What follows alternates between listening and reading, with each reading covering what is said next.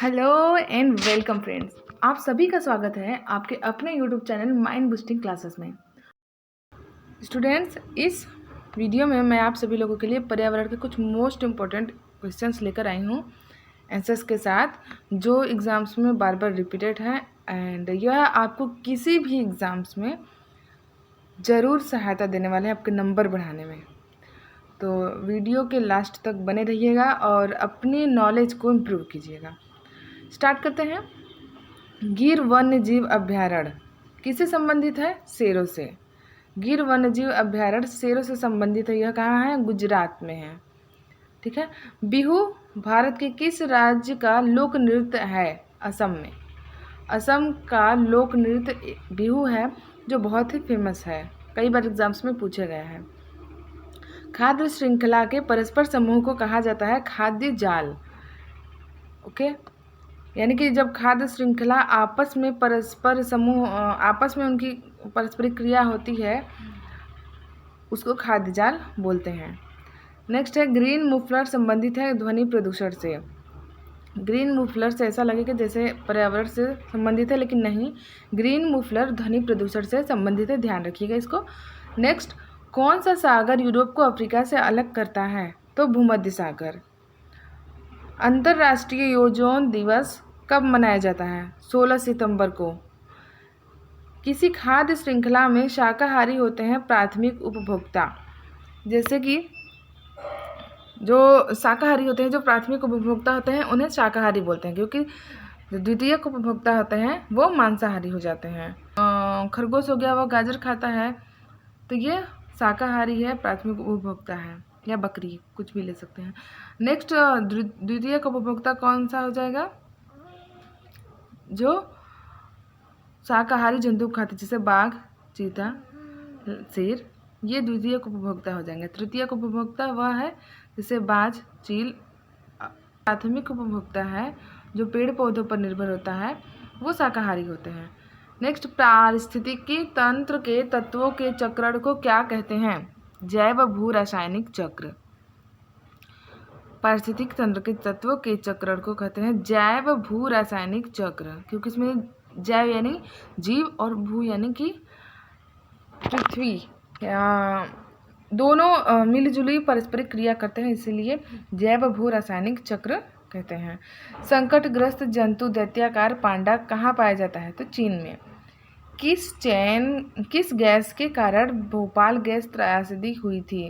Most important question है friends. इसमें जो भी क्वेश्चन आंसर है वो मोस्ट इम्पॉर्टेंट है, मोस्ट इम्पॉर्टेंट है, बहुत एग्जाम्स में पूछे गए हैं और पूछे जाते हैं। तो मिथाइल आइसोसाइनेट किस गैस के कारण भोपाल गैस त्रासदी हुई थी? मिथाइल आइसोसाइनेट 1984 में। नेक्स्ट,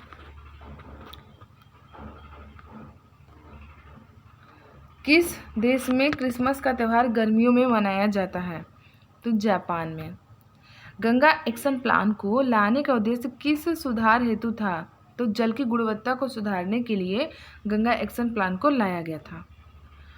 नेक्स्ट है, कौन सा वृक्ष जैविक कीटनाशक का उत्पादक है? तो आप सभी जानते हैं कि नीम गुड़ों की खान है।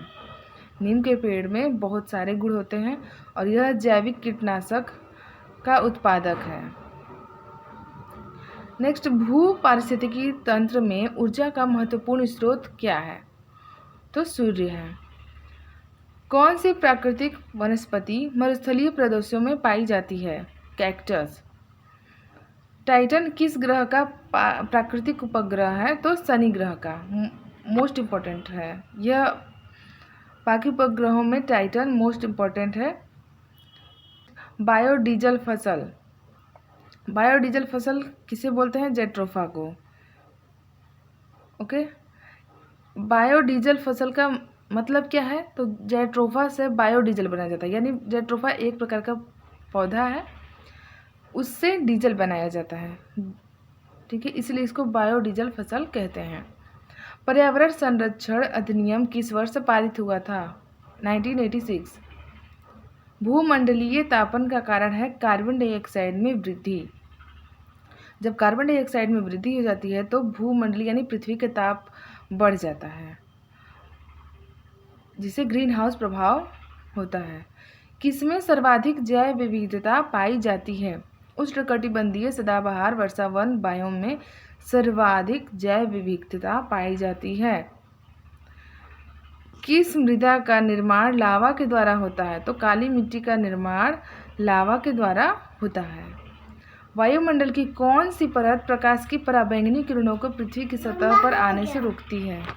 समताप मंडल। मध्य प्रदेश में कौन सा शहर झीलों का शहर कहलाता है? तो भोपाल को झीलों का शहर कहते हैं। शिक्षक की सबसे बहुमूल्य निधि क्या होती है? तो छात्रों का विश्वास शिक्षक के लिए बहुमूल्य है। परिकल्पना को बार बार परीक्षण करने में गलत नहीं पाया जाता है तो वह एक क्या है? सिद्धांत है। जब परिकल्पना को बार बार परीक्षण किया जाता है और वह सही साबित होता है तो उसे सिद्धांत का दर्जा दे दिया जाता है। Next, green house gas. Green house gas कौन कौन सी हैं? Carbon dioxide, methane, nitrous oxide. ये तीनों बहुत ही खतरनाक गैसें हैं जो ग्रीन हाउस की प्रमुख गैसें हैं। किस स्थलाकृति का निर्माण हिमानी द्वारा हुआ है? तो यू आकार की घाटी का निर्माण हिमानी द्वारा होता है। इकोसिस्टम की सही परिभाषा क्या है? तो इकोसिस्टम किसे कहते हैं? जीव समुदाय और उसके वातावरण का संतुलित तंत्र इकोसिस्टम कहलाता है। मानव विज्ञान के क्रम में 2 पैरों पर चलने का सबसे बड़ा लाभ क्या है? हाथ स्वतंत्र रूप से मस्तिष्क की आज्ञा अनुसार कार्य कर सकते हैं।